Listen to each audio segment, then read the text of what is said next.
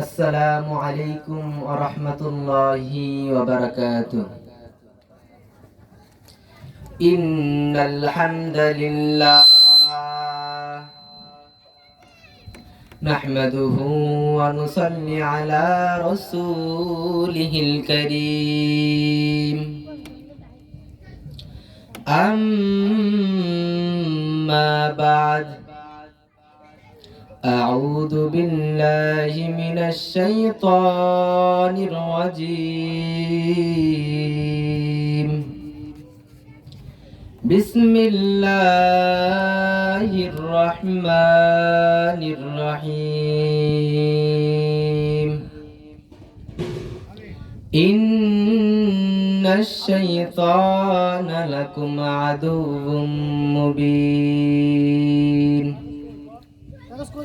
صدق الله العظيم. قال النبي صلى الله عليه وسلم: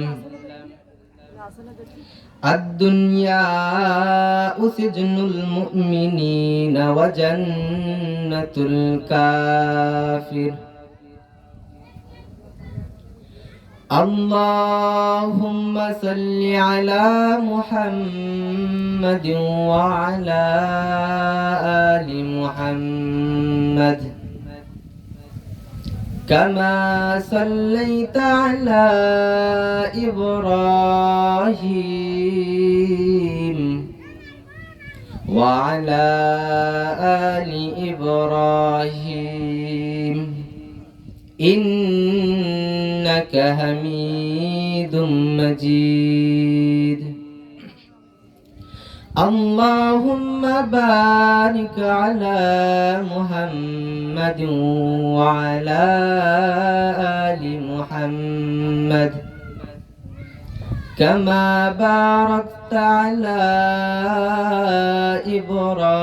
إبراهيم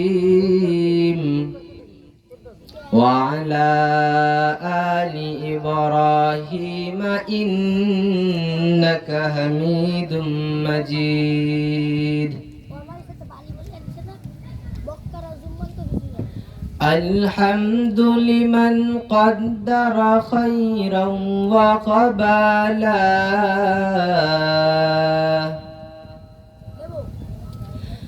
الحمد لمن قدر خيرا وقبلا، والشكر لمن صور حسنا وجمالا، والشكر لمن صور حسنا وجمالا.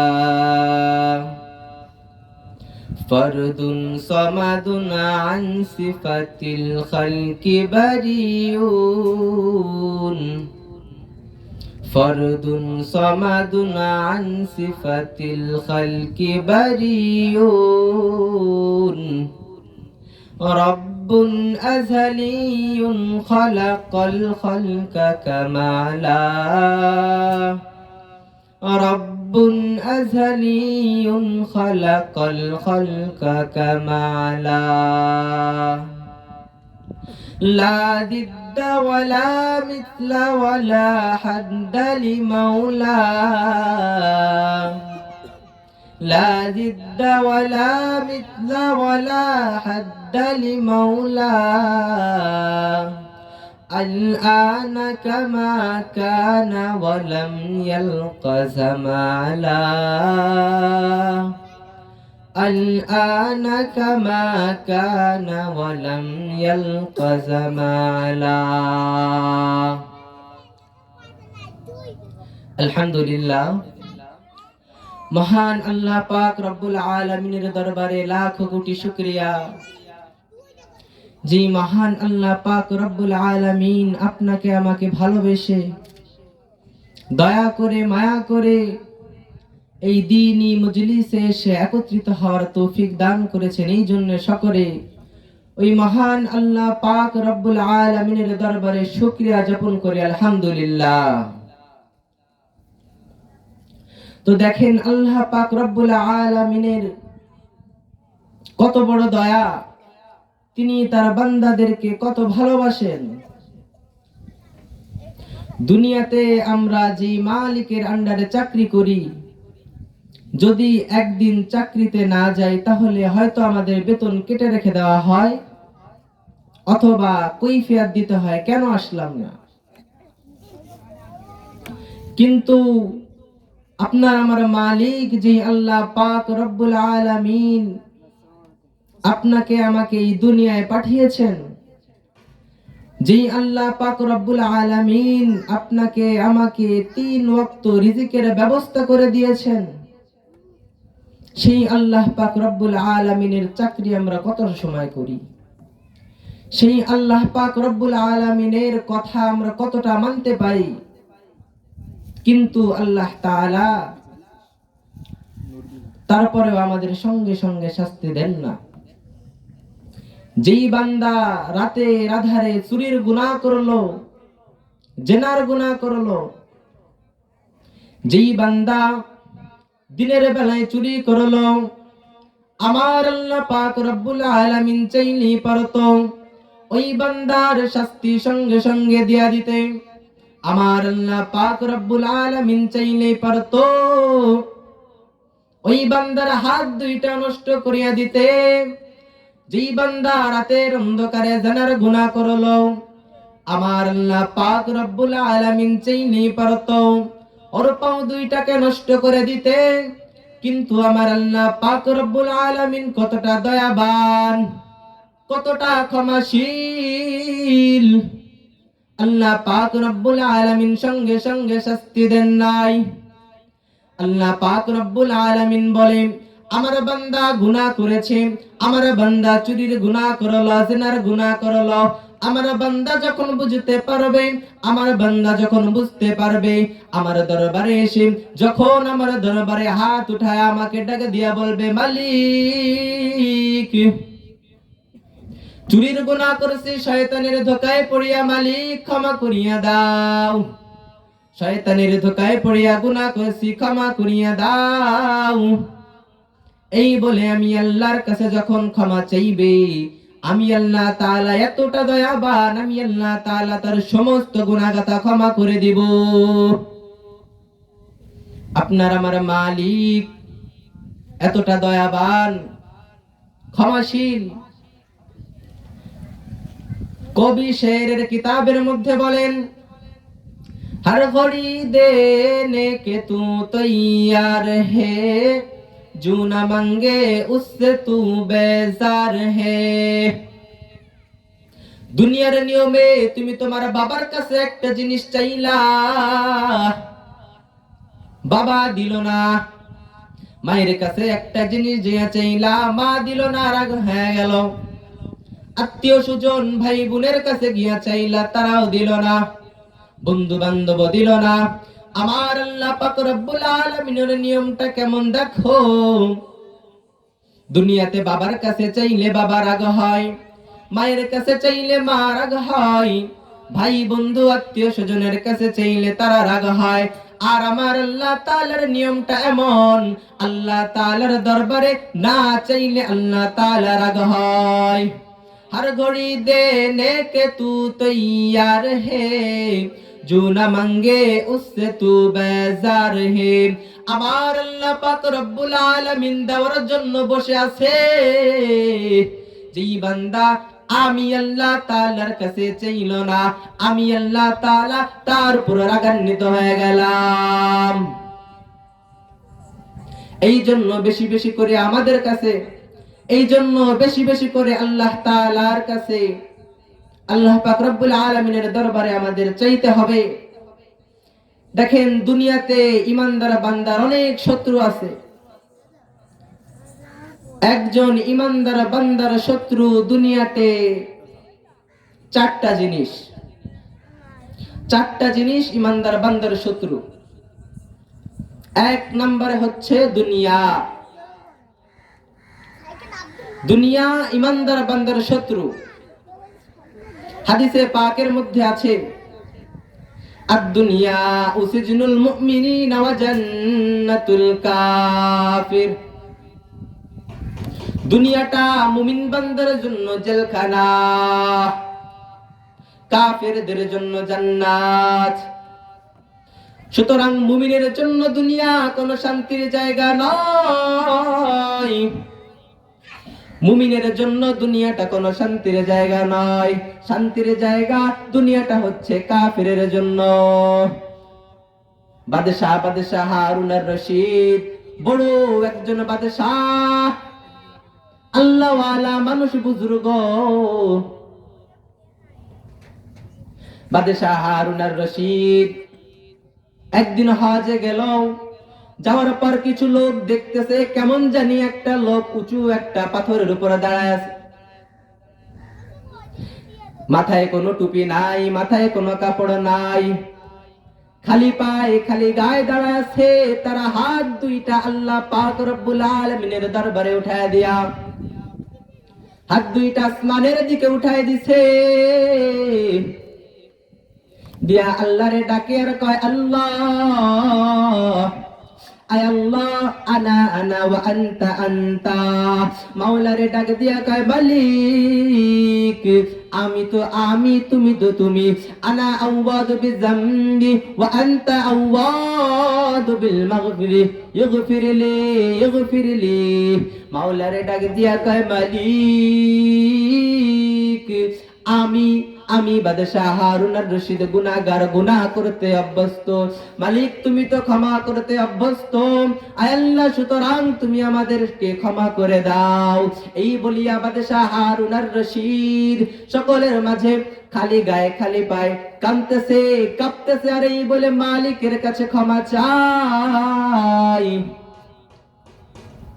বাদশাহ হারুন আর রশিদের মতো এত বড় একজন বাদশাহ যদি সকলের মাঝে এইভাবে ক্ষমা চাইতে পারে, আমি আপনি কেন পারবো না আল্লাহর দরবারে ক্ষমা চাইতে? কেন আমাদের লজ্জা লাগে আল্লাহর দরবারে হাত উঠাইতে? আমরা মুসলমান, আমরা তো আল্লাহর দরবারে একটু গুনাহ হইলেই ক্ষমা চেয়ে নিব, ভুল করলেই আল্লাহর দরবারে মাফ চাবো। কেন লজ্জা লাগে আল্লাহর দরবারে হাত উঠাইতে? ভাইরা আমার, ইমানদার শত্রু, ইমানদার বান্দার 2 নাম্বার দুশমন হচ্ছে একজন ইমানদার বান্দার 2 নাম্বার দুশমন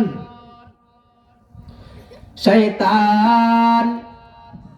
কোরআনে পাকের মধ্যে আল্লাহ পাক রব্বুল আলামিন ইরশাদ করেন, ইন্নাহু লাকুম আদুউম মুবিন।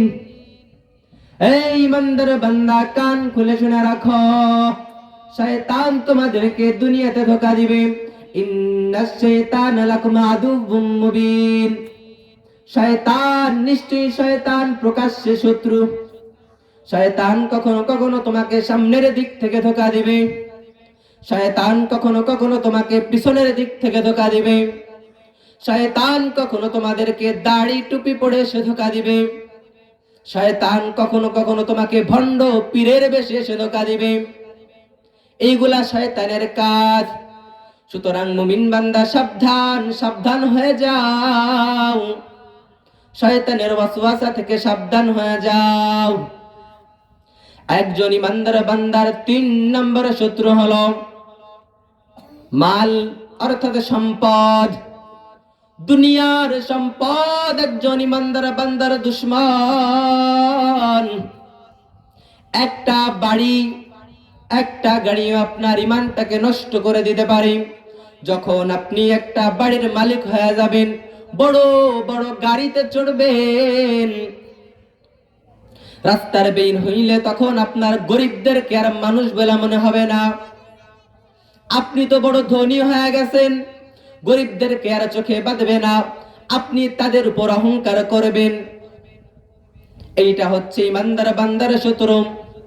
অনেক কোটি কোটি টাকার মালিক, একটু লক্ষ্য করলে দেখবেন কত কবরস্থান, আপনি কত বড় লোক, আপনি কত ক্ষমতার বাহাদুরি, কত ক্ষমতা দেখাইলেন। আপনার থেকে বড় ক্ষমতাধর ছিল ফিরাউন, আপনার থেকে কত ক্ষমতাধর ছিল নমরুদ, টিকতে পারে নাই। আপনি কিসের ক্ষমতাবান?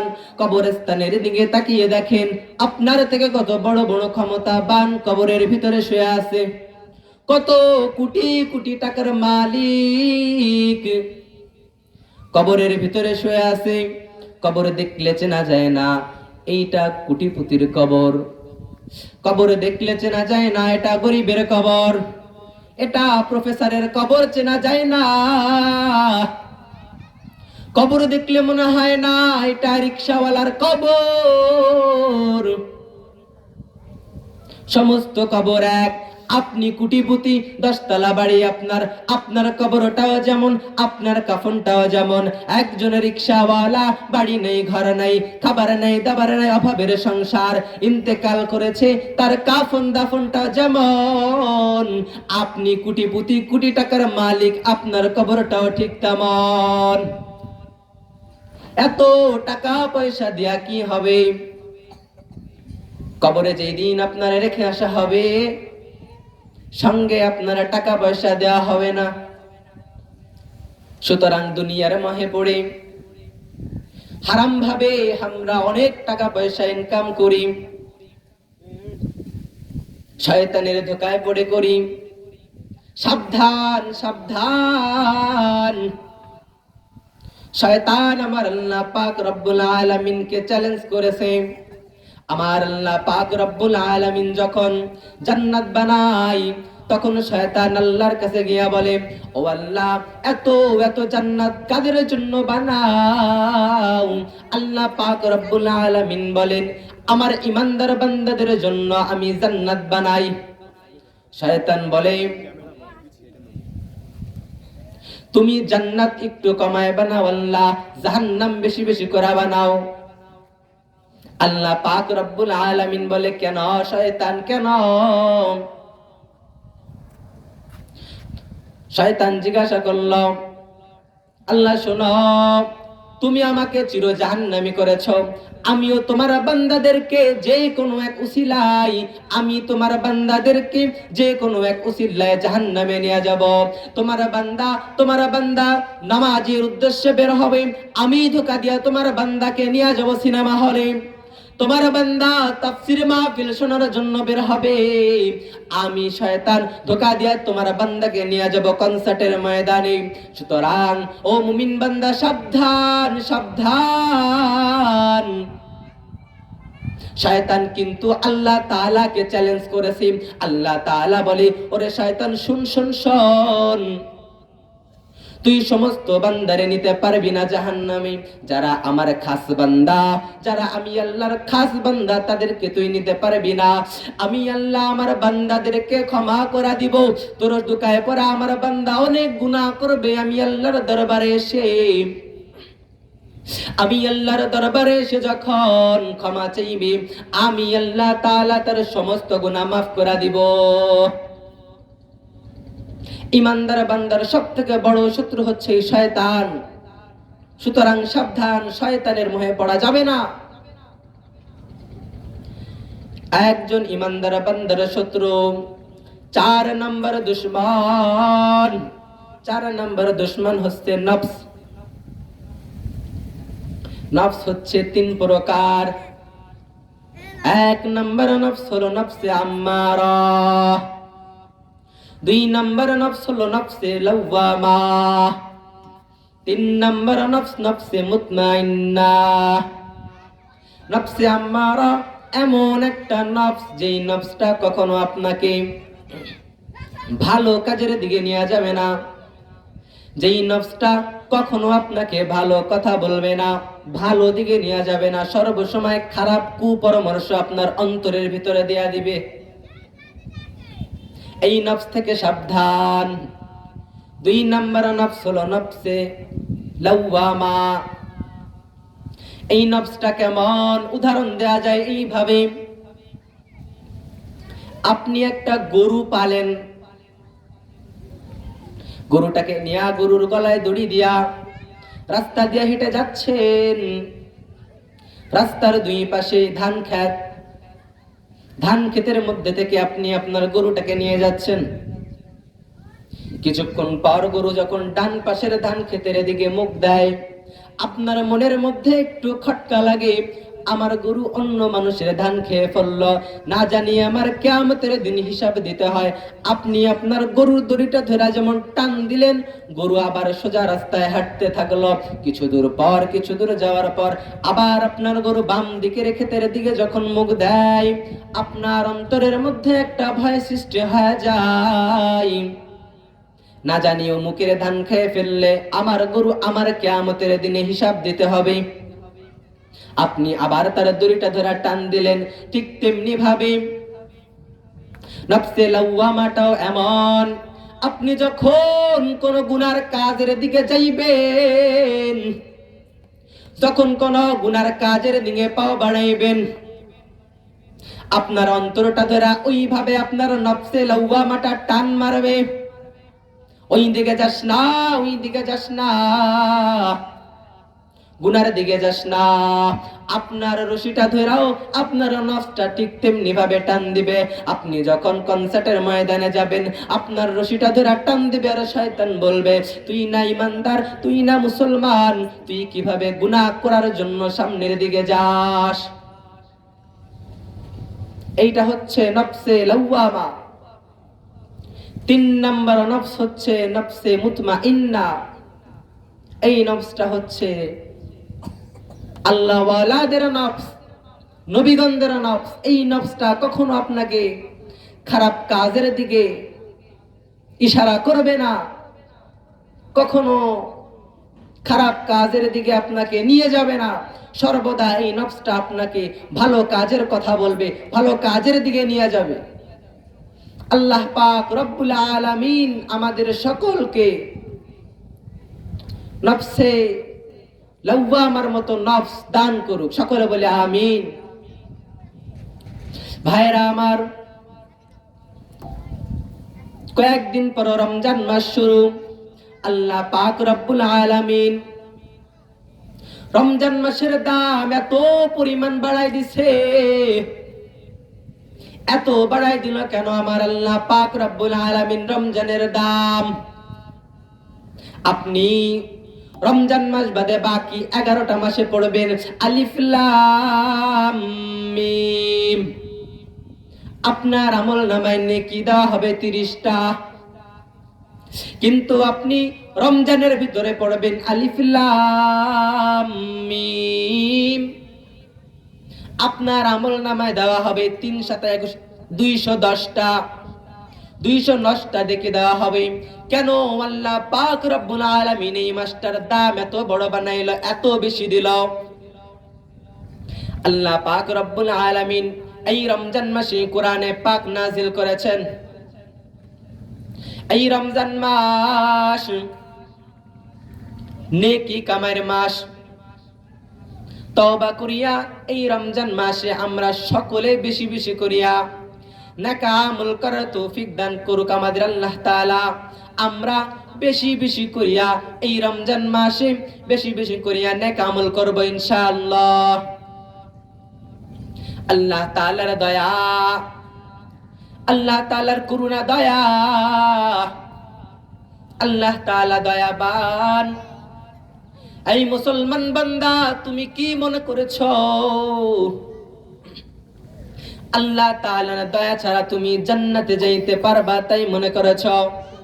শোনো, দুনিয়াতে বসিয়া তুমি যতই আল্লাহর ইবাদত করো না কেন, আল্লাহ তাআলার রহমত ছাড়া জান্নাতে যাওয়া সম্ভব নয়। আল্লাহর এক বান্দা 500 বছর ধরিয়া দুনিয়াতে বসে ইবাদত করেছে, আল্লাহ তাআলার ইবাদত করেছে 500 বছর ধরে। কিয়ামতের ময়দানে ওই বান্দা উঠবে, আল্লাহ তাআলা তাকে জিজ্ঞাসা করবে, ও বান্দা শোনো, তুমি কি আমার রহমতে, তুমি কি আমার দয়ায় জান্নাতে যাইতে চাও, নাকি তুমি তোমার ইবাদতের জোরে জান্নাতে যাইতে চাও? তখন ওই বান্দা বলবে, আয় আল্লাহ, আমি দুনিয়াতে কষ্ট করিয়া 500 বছর ধরে ইবাদত করলাম, আমি তোমার দয়ায় না ইবাদতের পাওয়ারে আমি জান্নাতে যাইতে চাই। তখন ওই বান্দাকে আল্লাহ পাক রব্বুল আলামিন ফেরেশতাদেরকে ডাক দিয়া বলবেন, ফেরেশতা শোনো, যাও এই বান্দাটাকে তুমি জাহান্নামের পাশে রেখে আসো। ওই বান্দাটাকে ফেরেশতা জাহান্নামের পাশে রেখে আসলো। কিছুক্ষণ পর ওই বান্দা জাহান্নামের আগুনের গরমে ওই বান্দা পিপাসিত হয়ে গেল। আল্লাহ তাআলার দরবারে খালি পানি চায়, মালিক পিপাসিত পানি দাও। কিছুক্ষণ পর আমার আল্লাহ তাআলা ওই ফেরেশতাকে ডাকে দিয়া বলবে, ফেরেশতা যাও আমার ওই বান্দার কাছে পানি নিয়ে যাও, এক গ্লাস পানি নিয়ে যাও। যেই বান্দাকে আমি অর্ডার দিয়েছিলাম তোমাকে, যেই বান্দাকে তুমি জাহান্নামের পাশে রেখে আসছিলা, সেই বান্দার কাছে যাও। কিছুক্ষণ পর ওই বান্দার কাছে পানি নিয়ে যাবে। ওই বান্দা পানি দেখা ছটফট করতে থাকবে, আমাকে এক গ্লাস পানি দাও। তখন ওই ফেরেশতা যখন পানি নিয়ে যাবে, পানি নিতে গেলে ফেরেশতা বলবে, আমার এই যে এক গ্লাস পানি, এই পানির মূল্য হচ্ছে 500 বছরের ইবাদত। ও আল্লাহর বান্দা, তুমি যদি আমাকে 500 বছরের ইবাদত দিতে পারো, তাহলে আমি ফেরেশতা এই পানি তোমাকে দিয়া দিব।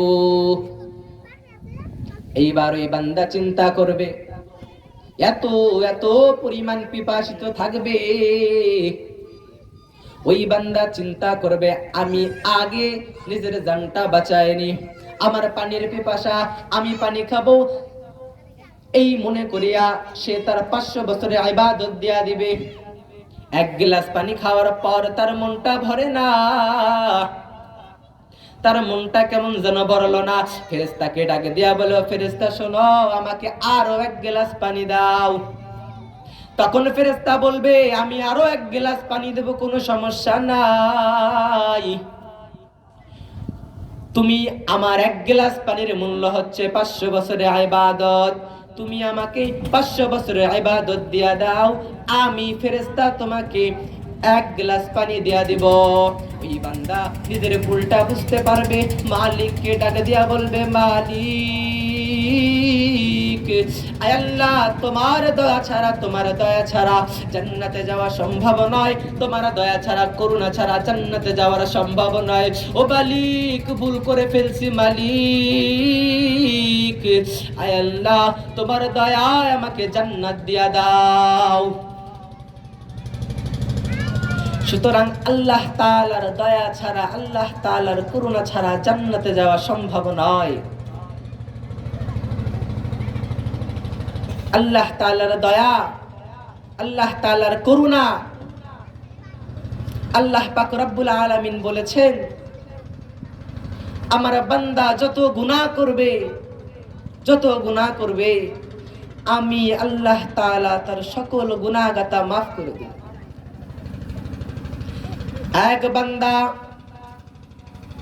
মুসলমান না, বিধর্মী একজন বান্দা, হিন্দু একজন বান্দা,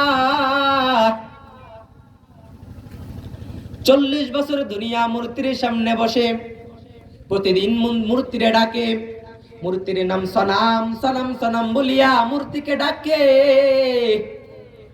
একদিন ভুল করিয়া তার মুখ থেকে সনাম সনাম বলতে গিয়া আমার মাওলা পাকের নাম সমাদ বের হয়ে গেল।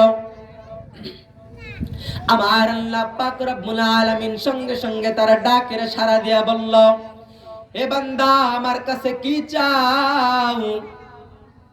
আমি আল্লাহ তাআলা দেওয়ার জন্য বসে আছি। ওই লোকটা অবাক, কিরে, কোথা থেকে এই গায়েবী আওয়াজ? বান্দা বুঝতে পারলো এইটা সাধারণ কোন আওয়াজ নয়, এইটা আল্লাহ পাক রব্বুল আলামিনের দেওয়া আওয়াজ। সুতরাং ওই বান্দা বিধর্মী হওয়া সত্ত্বেও যদি ভুল করে যদি আল্লাহ পাক রব্বুল আলামিনকে ডাক দিতে পারে, ভুল করে ডাকার কারণে আমার আল্লাহ পাক রব্বুল আলামিন যদি তার কথায় সাড়া দিতে পারে, আমি আপনি মুসলমান বান্দা হয়েও কত কত গুনাহ করলাম। আপনি কি মনে করেছেন আল্লাহ পাক আপনার ডাকে সাড়া দিবে না? আল্লাহ পাক যদি ওই বিধর্মীর ডাকে সাড়া দিতে পারে, তাহলে কেন আমি আপনার ডাকে কেন সাড়া দিবে না? সুতরাং বান্দা আল্লাহ পাক রব্বুল আলামিনের দরবারে বেশি বেশি করে চাইতে হবে, বেশি বেশি করে চাইতে হবে। আল্লাহ পাক রব্বুল আলামিনের দরবারে কমতি নাই।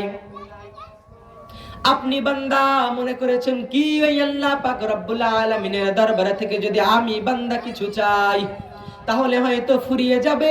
না না না, এমনটা না। আল্লাহ তাআলার দয়ার সাগর, আল্লাহ তাআলার দয়ার সাগরটা এত এত বড়, সারা জীবন ধরে যদি চাও, আমার আল্লাহ পাক রব্বুল আলামিন বলেন আমার দয়ার সাগরটা এমন, দুনিয়ার সাগরের ভিতরে যদি একটা সুই চুবাই দাও তুমি, সেইটা ওঠানোর পরে সুইয়ের আগায় যতটুক পানি বেঁধে থাকবে, আমি আল্লাহ তাআলা যদি আমার বান্দার মনের আশাগুলো সব পূরণ করে দিই, তারপরে আমার ওই ইঞ্চি পরিমাণের রিজিকের কমতি আমার ভান্ডারে হবে না। সুতরাং আল্লাহ তাআলার কাছে চেয়ে চেয়ে নিতে হবে, দুনিয়ার কোন মানুষের কাছে আমরা চাইবো না, আমরা আল্লাহ পাক রব্বুল আলামিনের দরবারে বেশি বেশি করে চাবো। যে বান্দা আমি আল্লাহর কাছে চাই, আমি আল্লাহ তাআলা ওই বান্দাকে তত বেশি ভালোবাসি। দুনিয়ার দরবারে কত মানুষের কাছে চাইলা, কেউ দিল না। একটা বার আমার মালিকের কাছে চেয়ে দেখো, আমার মালিক তোমার হাত ফিরায় দিবে না। ও বান্দা শুনো, দুনিয়াতে কারো কাছে না, আমরা সকলে আল্লাহ পাক রব্বুল আলামিনের কাছে চাইবো, দুনিয়ার কারো কাছে না। আল্লাহ তাআলা আমাদের সকলকে আল্লাহ পাক রব্বুল আলামিনের দরবারে চাওয়ার তৌফিক দান করুক, আমাদের সকলকে দ্বীনের পথে চলার তৌফিক দান করুক। সকলে বলি আমিন। ওয়া আখির দাওয়ানা আলহামদুলিল্লাহি রাব্বিল আলামিন। আসসালামু আলাইকুম ওয়া রাহমাতুল্লাহি ওয়া বারাকাতুহু।